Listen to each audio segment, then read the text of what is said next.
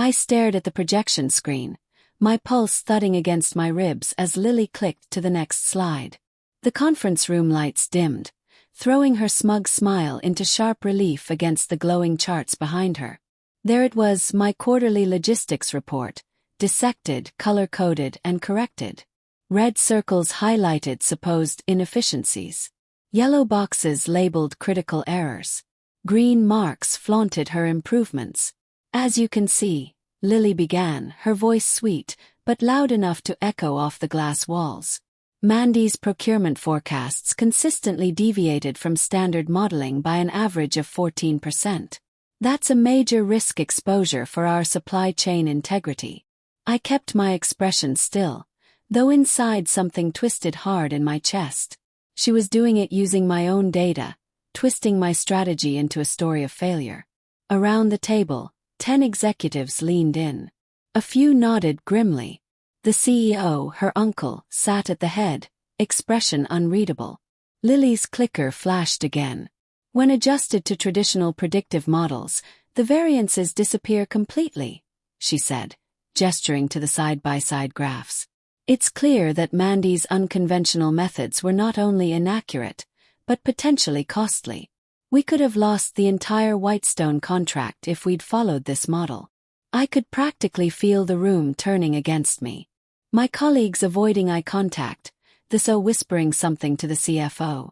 My throat was dry, my hands folded carefully on the table to hide the tremor. 3 months of work, late nights refining logistics models that had saved the company millions last quarter. But none of that mattered now because Lily, the CEO's ambitious niece with a perfect smile and endless charm, had found her moment. This analysis demonstrates the importance of returning to fundamentals, she said, addressing the room like she was lecturing a classroom. We need structure, not speculation. A few executives nodded approvingly. Someone even clapped softly. The humiliation burned through me, but I didn't flinch. Not yet. Lily paused for effect, flipping to her final slide. Moving forward, I recommend adopting my revised procurement protocol to prevent similar discrepancies. She smiled confidently. I've already begun implementation testing. Early results show a 12% efficiency improvement. Applause. Shrill applause. The CEO, her uncle, smiled faintly. Excellent initiative, Lily. We need this kind of precision. The words hit like a blade. I sat there silent, watching as she basked in the praise for work she didn't even understand. She had no idea why my numbers were different or what they truly represented. Does anyone have questions? Lily asked, looking directly at me with feigned politeness. I felt every eye in the room shift my way. I smiled faintly. Not yet, I said softly. Please continue. She frowned slightly, expecting me to argue, to defend myself, to make a scene. But I didn't. I waited because the moment she finished, she would be done, and I would only need one question. When the applause faded and the lights brightened, the CEO turned to me. Mandy, you've been quiet. Anything you'd like to add? I rose slowly, my palms flat against the polished table. My voice came out calm, almost casual. Just one question, I said, meeting Lily's bright, confident eyes. She tilted her head, a hint of mock sympathy crossing her face. Of course. I pointed at the final slide still glowing behind her. Can you explain why your so-called corrected model excludes the proprietary variable Whitestone's team specifically requested in their contract brief? The room went still. Lily blinked. I'm sorry. What variable? I stepped closer, my tone steady. The adaptive freight volatility coefficient. The one Whitestone's head of logistics demanded we integrate after last quarter's shipping delays. The one that made standard forecasting obsolete. A low murmur spread through the room. The CEO frowned, flipping through his notes. Wait, he said slowly. Was that coefficient part of the initial scope? Yes, I replied evenly. I presented the integration plan in our kickoff meeting. Lily was there. She even signed off on it. Lily's confident expression faltered just slightly. That adjustment wasn't finalized. It was finalized, I interrupted gently. In writing. It's the reason my models appeared to deviate from textbook standards because they weren't meant to follow them. They were built specifically for Whitestone's adaptive network strategy. You just erased the very feature that secured our contract renewal. Silence. The CEO's jaw tightened as he glanced toward his assistant. Pull up the Whitestone project brief, he ordered quietly. As the assistant scrolled through documents, the color drained from Lily's face. Before the tension could break, I turned slightly toward the camera, my voice soft but deliberate. If you're already invested in this story, I said, make sure to like this video and subscribe. Trust me, you'll want to hear what happens next when this boardroom turns into a battlefield. Because at that moment, I wasn't just defending my career. I was about to expose the rot beneath the company's polished surface and the price of blind loyalty to family over integrity. My name is Mandy. I'd spent 7 years building a reputation as the company's most reliable strategist until the CEO's niece decided she could take it all with a PowerPoint and a smile. But she forgot one thing. I never play the loud game. Play the long one. And in the end, the truth always finds its way to the surface. The boardroom emptied slowly, leaving behind the faint hum of the projector and the heavy silence of embarrassment. Lily gathered her papers with trembling hands, her confident mask cracking around the edges. The CEO hadn't said another word after reading the project brief, confirming exactly what I'd told them. That Whitestone model required the adaptive freight volatility coefficient. He'd only said, "We'll discuss this further." Then he left. Lily turned to me, her tone tight and defensive. "You could have clarified that earlier, Mandy. Instead, you let me walk into that blind." I met her gaze evenly. "You presented my work as your own, Lily. If you'd asked instead of assumed, you wouldn't have walked in blind." Her mouth opened then closed. She muttered something under her breath and stormed out, heels clicking sharply across the marble floor. When the door closed, I sat back down, exhaling for the first time in what felt like hours. My hands were still shaking, but not from fear anymore. From the quiet electric pulse of contained anger. The next morning the office felt different. Conversations stopped when I walked past. People whispered, glancing up from their screens. A few of the analysts smiled subtly, the kind of smile that said, "We saw what you did yesterday." At my desk, my inbox was overflowing with messages. Some congratulatory, others cautious. One stood out from Director Hale Arza. "Mandy, impressive composure yesterday. Let's meet at 3 to review the WIT data models. CEO wants confirmation on all your figures before next week's renewal presentation." So that was it. No apology. No formal acknowledgement that Lily had just humiliated me in front of the entire executive team. But I didn't need one. The data spoke for itself. Still, I couldn't shake the sense that something wasn't over. At lunch, my colleague Jenna slid into the seat across from me in the cafeteria. "You handled that like a pro," she whispered. Lily looked like she wanted to disappear. I smiled faintly. It wasn't about embarrassing her. I just needed the truth in the open. Jenna leaned in. "Word is her uncle's furious. Not just because she was wrong but because it made him look careless. He vouched for her. Remember." Paused mid-bite. "He vouched for her personally. That's why she was even in that room." Jenna lowered her voice. "He pushed for her to lead Whitestone after your first proposal. Said she needed exposure to high-level strategy. That's how she got access to your work." Hit me like a slow punch. So it hadn't just been Lily's ambition. It was nepotism, plain and simple. She'd been placed there to shadow me, not replace me. But she saw an opportunity and she took it.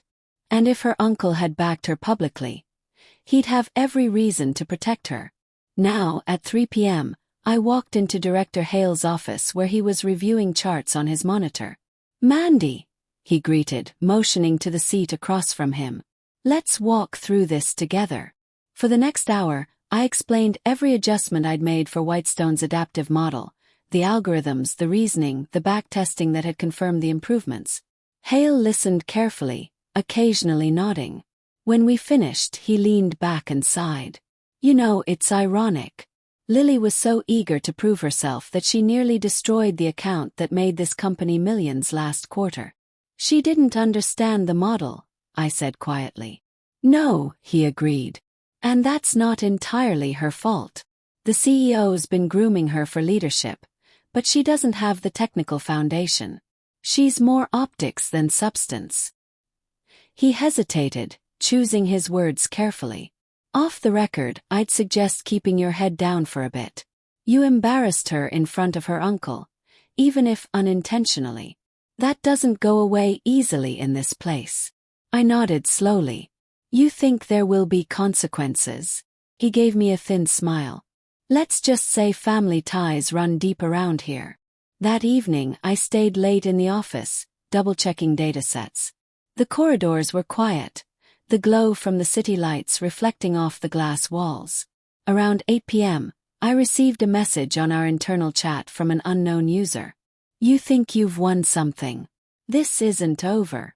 No name, no profile photo, but I didn't need one. Lily. I stared at the message for a moment, then closed the laptop. I could feel the anger behind those words, the entitlement of someone who'd never been told no. But what worried me more was the access. Anonymous internal messaging required admin clearance, which meant she still had privileges she shouldn't have. I sat back, the gears in my head turning. If Lily wasn't done, neither was I. The truth might have saved me once, but in this company, truth alone wouldn't be enough. Not when power protected incompetence. The next morning, the CEO called for a company-wide town hall. We'll be announcing a new project direction and leadership structure, his assistant wrote in the memo. When I read that line, a chill ran down my spine, because I already knew what that meant. They weren't just cleaning up Lily's mess. They were preparing to rewrite the story entirely. One where I wasn't the hero who saved the Whitestone deal. But the problem with rewriting history is that it only works when the people who lived it stay silent. And I wasn't planning on staying silent anymore. The town hall started promptly at 10 a.m. and every employee packed into the atrium, murmuring as the CEO took the stage. He was a tall man with an air of practiced authority, the kind of confidence that didn't waver. Unless apparently his niece embarrassed him in front of the board. Behind him stood Lily, perfectly composed again, her polished smile back in place as if nothing had happened 2 days earlier. She stood slightly to the side, chin lifted, avoiding my eyes. Good morning, everyone, the CEO began. We've had some recent challenges, but also some tremendous opportunities.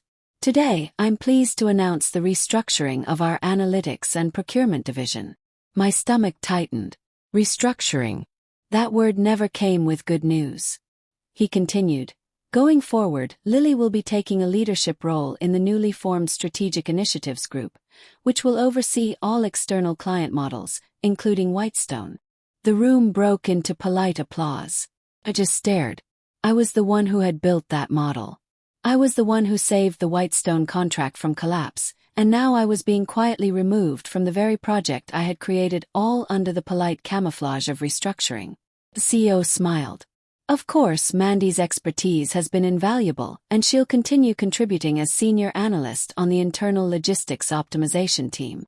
That was a demotion, a deliberate public one.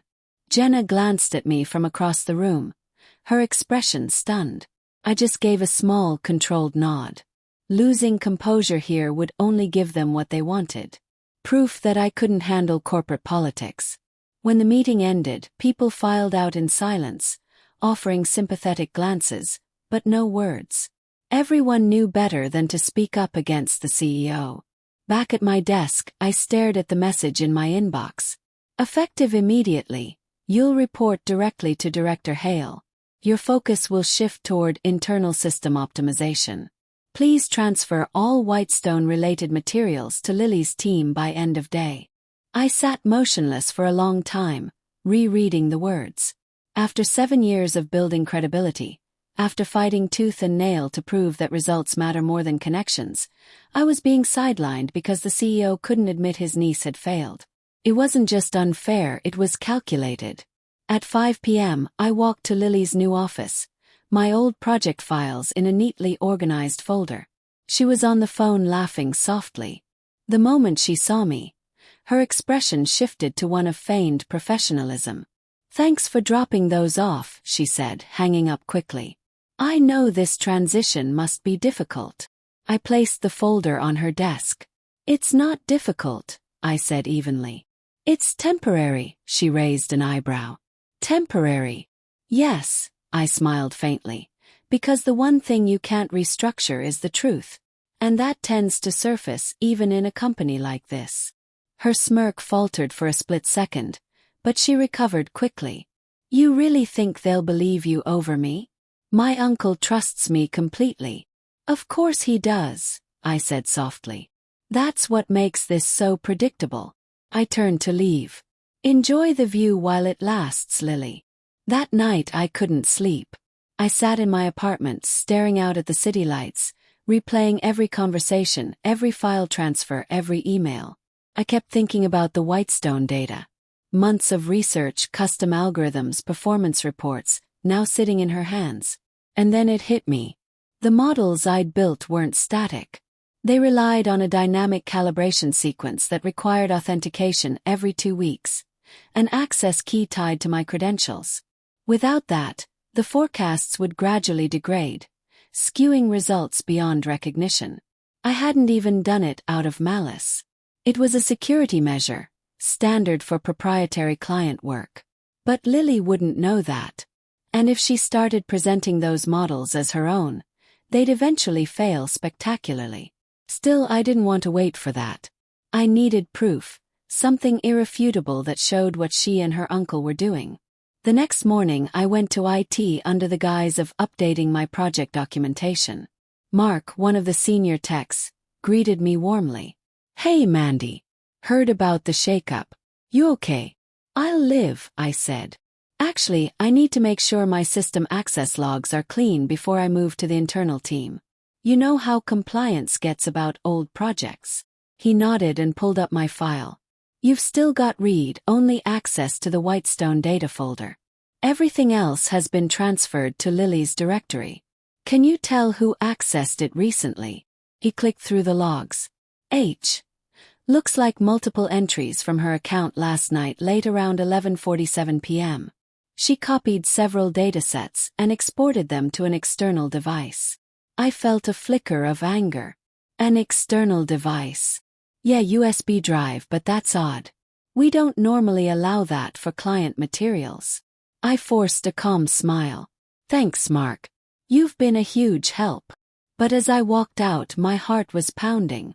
That was it. The proof I needed. She'd copied client-protected data, likely to present as her own again. But exposing her outright would be too easy and too soon. Well, if Lily wanted to play games with my work, I would let her. Because this time I wasn't just going to defend myself. I was going to make sure when the truth came out, it destroyed every illusion they'd built, not just hers but her uncle's too. And when it happened, no one would be able to rewrite it again. The following week passed in an eerie calm, the kind that only exists right before a storm. Lily was glowing again, leading meetings, taking calls with the Whitestone team, and sending company-wide updates signed Lily Parker, head of strategic initiatives. The CEO made sure to praise her dedication at every opportunity. To anyone watching, it looked like she had redeemed herself. But I knew better. I kept my head down, quietly, working from the new internal optimization desk they'd assigned me. A cubicle by the window, away from the glass-walled offices I used to sit near. It was humiliating, but it also gave me something valuable. Invisibility. And from the shadows, I began preparing. One afternoon, Jenna stopped by my desk with 2 coffees. "You look like you haven't slept in a week," she said, sliding 1 cup toward me. "I haven't," I admitted. "You ever feel like something's happening behind the scenes and no one wants to say it out loud?" She gave me a knowing look. "You mean Lily?" He nodded. "She's presenting Whitestone's quarterly report to the client next Friday. That's supposed to be my work. My model." Jenna hesitated, lowering her voice. "Then you might want to know this. My friend in marketing overheard her talking about that presentation with the CEO. Apparently, she's promising to unveil an improved algorithm, something she claims she developed herself. A cold, familiar anger settled in my chest. Improved? I repeated quietly. Yeah, Jenna said. And get this, she's planning to stream it live to the entire board. A public showcase. Perfect. Thought. Public stage. That night I went home and opened my laptop. I pulled up the latest version of the Whitestone model, the one Lily had copied. It was still operating under my original security sequence, meaning in less than 72 hours, it would begin automatically reverting to baseline, producing unstable outputs unless recalibrated with the correct key. If she tried to use it in a live demo, the data would start breaking down right before everyone's eyes. But I didn't want chaos for chaos's sake. I wanted clarity proof. I opened a new folder labeled Audit Documentation. Inside I compiled everything. The original project brief showing my authorship. Email chains confirming Lily's late-night data exports. T-access logs verifying the external device. Time-stamped records of the calibration system tied to my credentials. I wasn't creating drama. I was creating evidence. When it was complete, I encrypted the folder and uploaded it to a private server, one only accessible through a timed email release.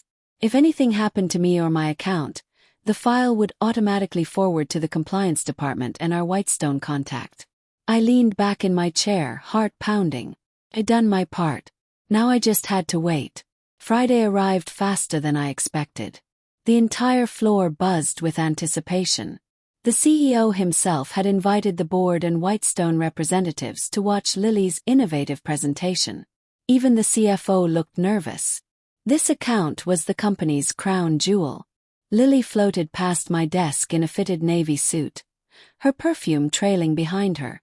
Big day, she said, pausing just long enough to add. Try to stay positive, Mandy. Change can be hard. I smiled thinly. It sure can. At 10 a.m. the live broadcast began. I watched from the break room with a few analysts who didn't dare attend in person.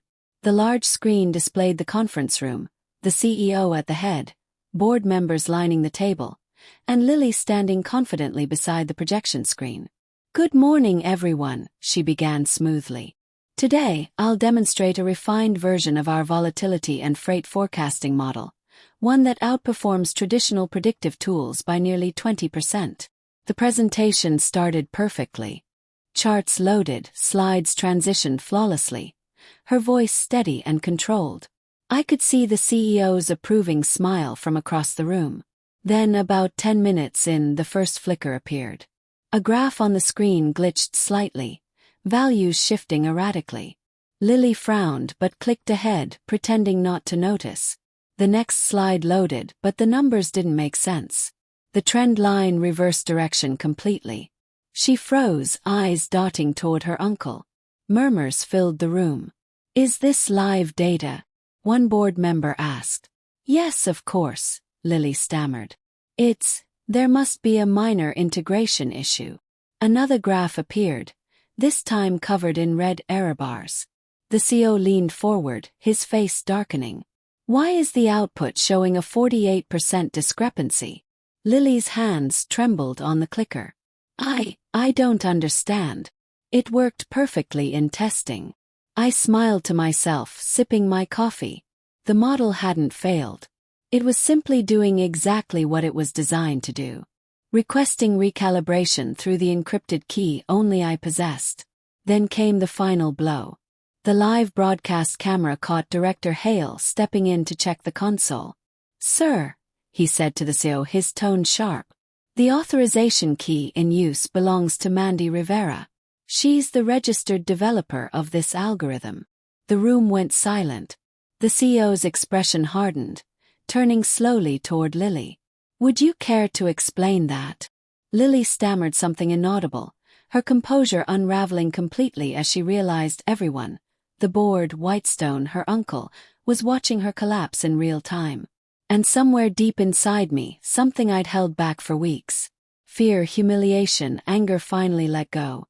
I didn't need to say a word. The truth was speaking for itself. When the broadcast ended, my phone buzzed.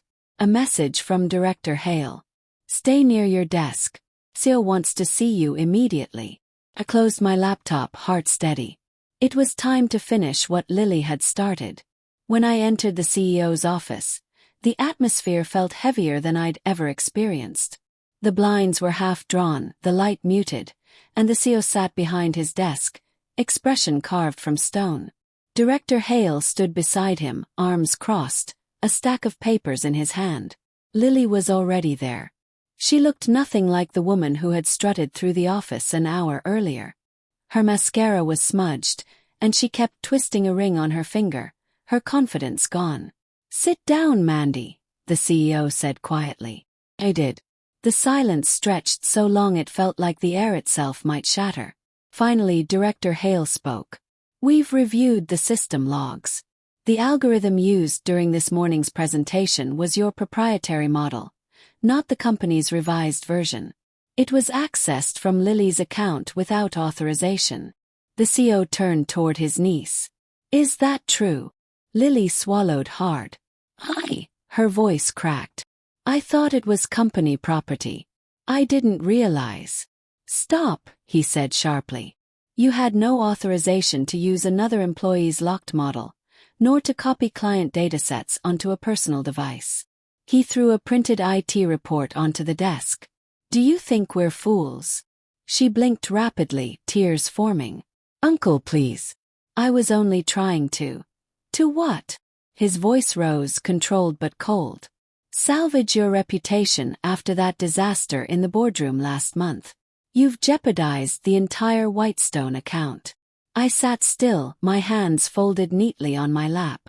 Every instinct screamed for me to gloat, to remind them that they'd ignored me, demoted me, humiliated me. But I didn't. Because revenge isn't about shouting. It's about control. Director Hale cleared his throat.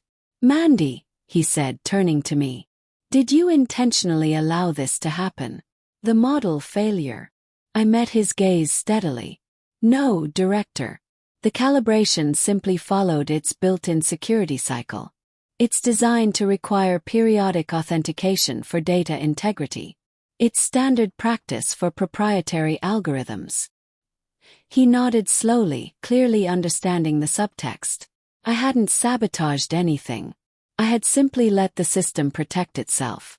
The CEO leaned back in his chair, pressing his fingers together.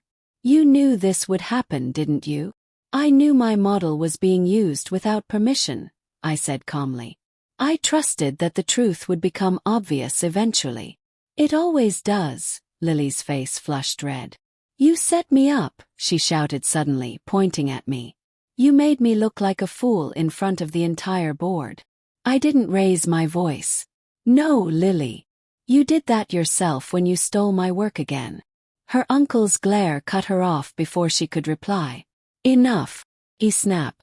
"Leave your badge and company devices with security. Effective immediately. You are suspended pending further review." "Uncle, you can't." The single word carried more weight than any yelling could. She froze, then stood slowly, tears spilling over.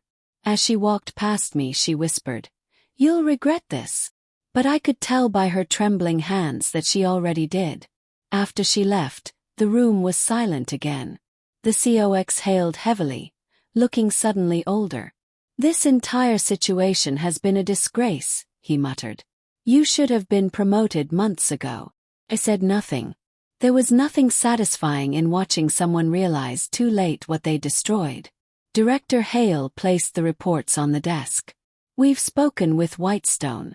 They were watching the broadcast. Their head of analytics requested a direct meeting with you this afternoon, Mandy. They've made it clear. They only want to work with you moving forward." I blinked, caught off guard. "They still want to continue the contract." "They've extended it," Hale said, smiling faintly. "And doubled the budget. Apparently, they value integrity as much as innovation." For a moment, the weight in my chest eased. I nodded slowly. "Then I'll make sure they get both." Zil looked at me, his voice quieter now. "You've handled yourself with grace. I can't change what's happened, but I can fix what's next. Effective immediately. I'm reinstating your position and promoting you to head of analytics. The words hung in the air. I should have felt triumphant, vindicated. Instead, all I felt was tired.